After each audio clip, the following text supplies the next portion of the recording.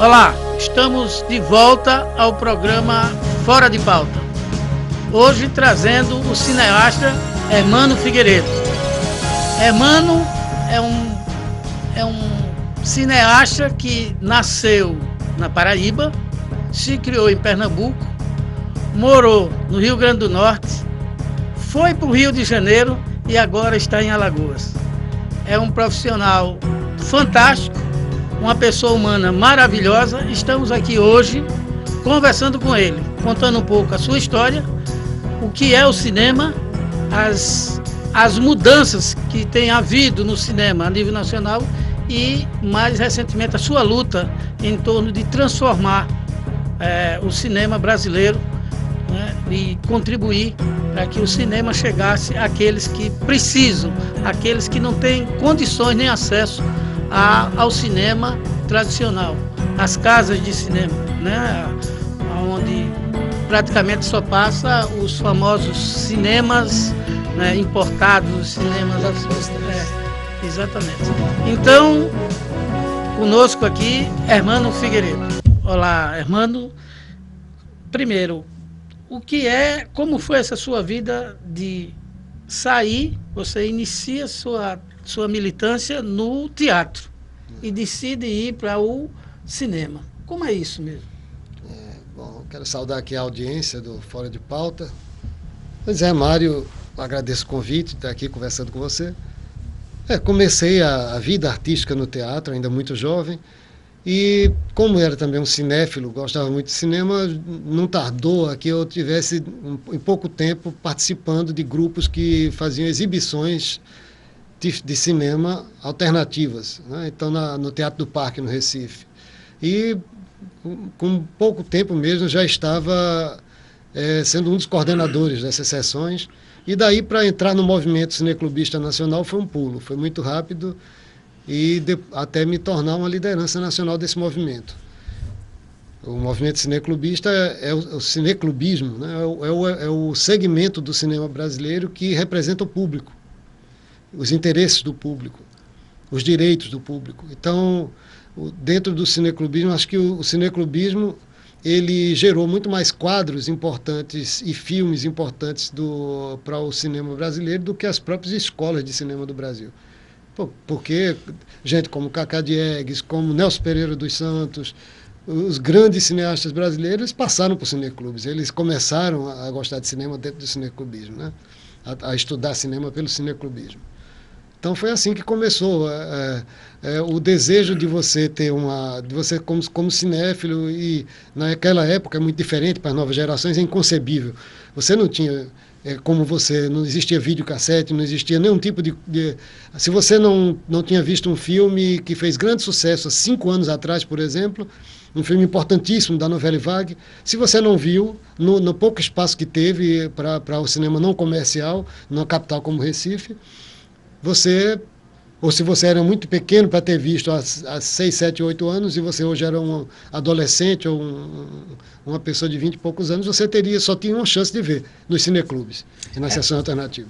Bom, Hermano adora futebol. Qual é o teu time, Hermano? Eu sou tricolor do Santa Cruz Futebol Clube, o time do povo, o time das massas de Pernambuco. Estão lhe chamando de Cobra Coral, né? A Cobra Coral é o símbolo do Santa Cruz, que é o time o time que inaugurou no Brasil, ou seja, que foi o time mais importante, porque ele foi onde começou o primeiro jogador negro em Pernambuco, né, que foi o Lacraia, e foi um time onde todos os times só eram da elite, que vinha dos esportes náuticos, né, como o Clube Náutico Capibaribe, Esporte Clube do Recife, os times da Tramways, ou seja, os times dos ingleses, né, das corporações, das estradas de ferro, das grandes corporações. Um grupo de jovens fundou um grupo de jovens pobres, né, de classe média remediada, no Pátio de Santa Cruz, formaram esse time. Então, é por isso que eu tenho grande identificação, né? A minha vocação democrática me fez torcer por um time que justamente é o time do povo. Olha, para quem não sabe, meu filho que mora em Recife é Esporte Clube Doente. Ninguém é perfeito, né, Mário? Ninguém é perfeito. Ele está dizendo que ninguém é perfeito. Mas veja, Hermano,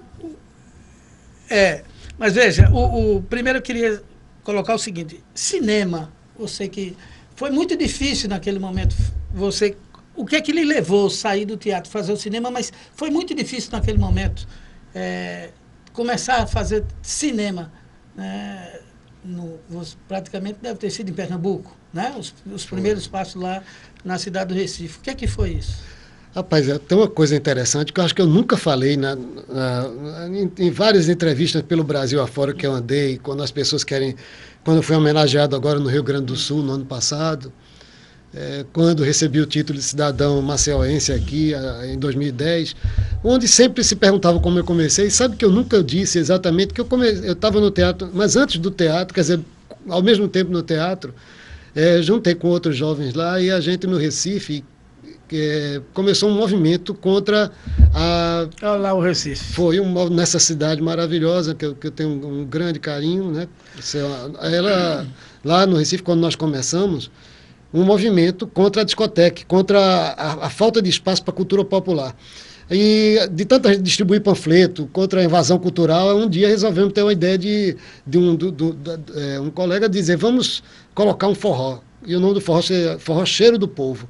Porque o chefete da ditadura militar na época, do plantão aqui, era o João Figueiredo, que disse que cheiro de cavalo era melhor do que cheiro de povo. Verdade. Aí, por causa disso, a gente fez o Forró Cheiro do Povo. O Forró Cheiro do Povo tornou-se uma qualquer luxo lá em Pernambuco. E passou a ser foram os primeiros shows de Elba Ramalho, do Dominguinhos, da Elba Ramalho, do Geraldo Azevedo. Ou seja, e Luiz Gonzaga. Zé Ramalho. Luiz Gonzaga se apresentou lá. Isso. Então, eu comecei. Isso então era um momento, Recife vivia uma efervescência enorme. As pessoas começavam a ganhar a rua de novo, desafiando o que ainda. A ditadura ainda é presente, né? Em 1978, 79. E eu fazia teatro e era um cinéfilo, estava sempre nas sessões de cinema. Então, tudo isso junto forma que a gente começa, e começou a minha militância pela resistência democrática, né, em 77, 72 eu ainda era um jovem militante, e todos aqueles debates, com o Congresso da UNE se avizinhando, ainda na proscrição à UNE, né, então o Recife era um lugar muito efervescente de cultura, como ainda é hoje, como sempre foi, e o cinema tornou-se logo uma paixão, uma coisa que era fantástica, aquele hábito da gente entrar numa sala, o mundo desaparecer e você vai ver o olhar de outra pessoa. Então, quando eu sentia que também, nesse momento, o cineclubismo, tive contato com o que era o movimento de cineclubismo, e no Brasil ainda, onde você não tinha presidente de DCE, era nomeado pelo reitor, você tinha ainda a sociedade civil, ainda não estava reorganizada, o que é que acontecia? Existiam muitos cineclubes nas universidades, cineclubes em sindicatos, cineclubes em todo lugar. E comecei a entrar nesse movimento cineclubista e até hoje eu sou convicto com isso, porque o cinema, hoje você tem milhões de analfabetos funcionais no Brasil, mas esses milhões de analfabetos funcionais, eles sabem ler imagem. Eles têm um nível até sofisticado de leitura. Eles já sabem as convenções de linguagem, sabem o que é um enquanto isso, sabem o que é um elipse. Eles sentem isso, sabem isso. Ou seja, tem um nível até sofisticado de leitura por ter assimilado as convenções da linguagem audiovisual. Então, a leitura de mundo hoje se dá muito mais pelo visual do que pela leitura propriamente dita, né? Então, você tem hoje uma tarefa enorme dos cineastas e uma responsabilidade imensa, que é, na verdade, criar um espaço crítico, quer dizer, trabalhar o espaço crítico que o cinema é na sociedade, que o audiovisual é na sociedade. A contribuição que o cinema sempre dá e deu, o que significou, por exemplo, no período da ditadura, o que aconteceu com o cinema também, lógico, com todas as artes, mas no caso do cinema, assim, qual a dificuldade que se teve naquele período de cinema? Só para ter uma ideia, quantos filmes na época da ditadura teriam sido realmente proibidos durante a ditadura militar? Olha, foram centenas de filmes que foram proibidos, outros que foram obrigados a se adequar, outros que tiveram partes deles cortadas, né? Existia, além da censura que tinha, que evitava que nós pudéssemos ver filmes, alguns filmes estrangeiros que eram proibidos. Me lembro de um episódio muito interessante, numa dessas sessões do Teatro do Parque, que a gente teve uma ideia uma vez de anunciar O Pagador de Promessas,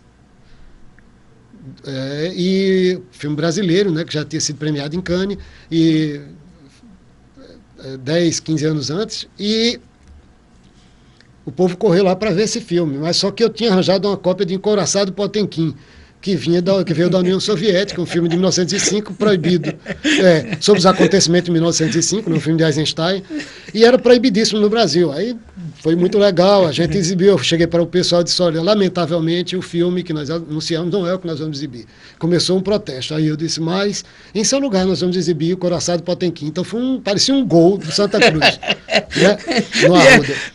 E o gol do Santa Cruz. Exatamente, aí o que é que aconteceu? Só que eu comecei a gostar dessa brincadeira até que a Polícia Federal descobriu essa história, né? Aí eu já estava, até depois, até recente, mas um dia a gente estava exibindo um filme no Cineclube, acho que em Natal já isso, na década de 80, e estávamos passando um filme que chamava-se Atas de Marúzia. Esse filme de Miguel Litín era um filme chileno e era um filme proibido no Brasil. Esse filme, a Polícia Federal chegou para prender o filme. Enquanto eu conversava com os agentes da Polícia Federal, justificando, fazendo uma assistente, uma pessoa da plateia, surrupiou o filme, botou debaixo do braço e desapareceu com ele. Não sei, não sabia, só sei que desapareceram. E eu disse para os agentes, olha, eu tenho que prestar contas à distribuidora nacional do Movimento Cineclubista, porque desapareceu aqui e a culpa é de vocês. E assim ficou essa história. E 15 dias depois a moça chega na reunião do Cineclube, que ficou sabendo onde era o Cineclube e veio devolver. Entendeu? Era uma moça que tinha crescido em Cuba e tinha voltado com a anistia dos pais dela e estava assistindo a sessão, não conhecia nenhum de nós, e foi quem salvou essa cópia do filme.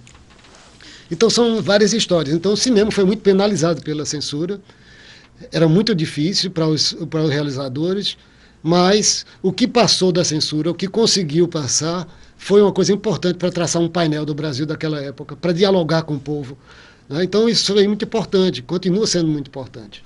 Você estava dando esse exemplo aí de tentar salvar o filme da Polícia Federal. Aconteceu comigo uma história muito interessante. Eu e Edilberto Cianelli, nós éramos responsáveis por um jornal alternativo chamado Jornal Movimento, aqui em Alagoas. Conheci muito, assinei. Isso. E o Jornal Movimento, ele chegou a ser proibido. Nós estávamos, me parece que já era na universidade, o diretório acadêmico já era lá em cima, né? Os diretórios foi em 1977 e o Jornal Movimento chegou a ser recolhido. E aqui em Alagoas foi um dos pontos que não foi recolhido, porque a Polícia Federal, quando chegou, nós descobrimos e o pessoal logo imediatamente pegou o Jornal Movimento e saiu correndo. E moral da história, foi um dos poucos... o Jornal Movimento, um dos poucos, eu acho que estados que a Polícia Federal não conseguiu pegar naquele momento, foi naquela edição, foi aqui em Alagoas. Mas, Armando, qual o que é que você sente da evolução do cinema no Brasil? Qual os passos importantes que nós temos sentido aí no cinema brasileiro? Olha, como um cineasta militante na cena nacional, quando eu fui presidente da ABD, fui vice-presidente da ABD do Brasil e vice-presidente do Conselho Nacional de Cineclubes ao mesmo tempo. Participei, eu acho que não existia Ministério da Cultura no Brasil. Gilberto Gil foi o primeiro ministro da Cultura no Brasil, porque o que existia era um arremedo de ministério. Não havia uma política pública, era uma política de balcão. E o ministro Gil conclamou, então assim que assumiu, o movimento de cinema brasileiro, todo do audiovisual brasileiro e suas entidades representativas, a participar do urdimento da política pública do governo na época. E depois teve grandes embates conquistas que aconteceram, como a cota de tela, que agora estão querendo ameaçar de novo, né? Estão reagindo contra isso, né? A cota de tela, a obrigatoriedade, esse mais recente, a obrigatoriedade nas TVs a cabo de exibição de conteúdo brasileiro. Então, todos foram conquistas que também a produção independente, organizada no Brasil, trabalhou junto ao parlamento, trabalhou junto aos parlamentares em cada estado. Foi uma luta tentando trazer a opinião pública para o nosso lado, e tivemos algumas conquistas. Então, hoje, a gente pode dizer que existe hoje uma estruturação do cinema brasileiro. Você tem a agência reguladora do cinema, Ancine, por exemplo, que está agora investindo 400 milhões no audiovisual, e, inclusive, serão contemplados, vai inclusive, complementar os editais dos estados com 2 vezes mais do que cada edital tem. Por exemplo, se aqui o edital do município for de 150 mil, a Ancine está disposta a colocar pelo menos 2 vezes isso. Então, isso daí é uma coisa que você tem hoje uma agência reguladora, é importante, inclusive, para exigir a cota de tela, cobrar isso, verificar, criar uma infraestrutura para o cinema brasileiro, aumentar o parque exibidor do cinema brasileiro, que está tendo incentivo para isso também, né? Então, hoje existe uma estruturação hoje disso daí. Você sabe que hoje, aos poucos, nós estamos perdendo primeiro os cinemas do interior. Depois do cinema de interior, nós fomos perdendo os cinemas de rua, os cinemas de bairro. E depois os cinemas mesmo de rua, até do centro da cidade, passando a ser somente dentro de shopping center, onde você podia ter acesso à produção, a uma sala de cinema comercial. E hoje está se retomando financiamento para que possa existir cinema de novo no interior. Mesmo com o jogo duro das distribuidoras, que é um jogo duro que exige as mesmas condições que um shopping center, uma cadeia, exige as mesmas condições de distribuição para um pobre, coitado exibidor no interior. Então tem todo um problema a ser resolvido em relação a isso. Mas o cinema brasileiro hoje vive um momento plural, um momento crescente, um momento com produção que não é mais só localizada no eixo Rio-São Paulo. Hoje a produção hoje tem um grande movimento cinematográfico no Recife, no Ceará, na Bahia. E assim, acho que aqui em Alagoas é a coisa mais nova hoje no mapa do cinema no Brasil. É a cena hoje do curta-metragem alagoano. Eu acho que, fora os grandes centros do Nordeste e a Paraíba, que já tinha uma certa tradição, o que tem de novo é a qualidade e a pluralidade dos novos realizadores, da nova realização, da nova produção independente de Alagoas. Pois bem, estamos fazendo um pequeno intervalo, entrevistando Hermano Figueiredo, cineasta, hoje já radicalizado aqui em Alagoas, né? Esse paraibano pernambucano que vem dar essa contribuição na produção artística, numa produção de cinema aqui no nosso estado. Voltamos já já.